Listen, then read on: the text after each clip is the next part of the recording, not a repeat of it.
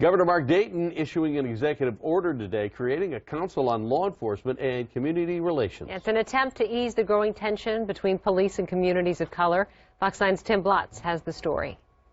The whole purpose of this new council was quite well by its new co-chair today, Park Rapids Police Chief Scott Johnson. He said that we spend way too much time talking at each other and not enough time talking with each other.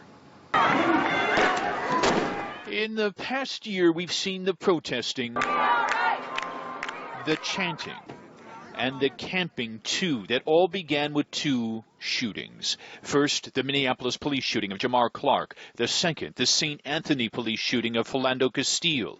2 lives lost. And now Governor Dayton acknowledges something else was lost, too. We need to realize that for some people in some communities, there are serious issues of distrust for law enforcement.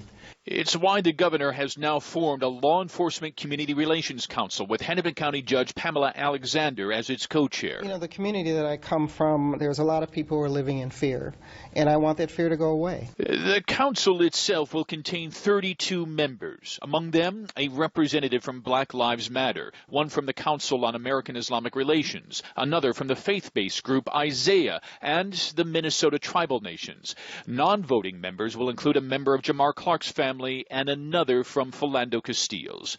Governor Dayton today embraced his mother, Valerie, giving her partial credit for the executive order forming the council. A council its co-chair hopes will help police and communities embrace each other. So if we have a cafeteria plan of maybe you've got this going on in this city, this going on in this city, this going on in this city, and some things that you can use to help build these relationships, to build trust, boy, as a police administrator, that's worth its weight in gold. But for communities of color, it's also about fairness and justice.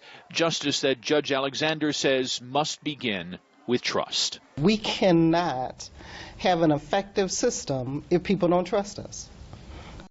That's the bottom line. Now, this new council is charged not just with coming up with recommendations on how to improve police relations, but also possible legislation. Governor wants a preliminary report due by February 15th, a final report by the end of June. At the Capitol, I'm Tim Blotz, Fox 9.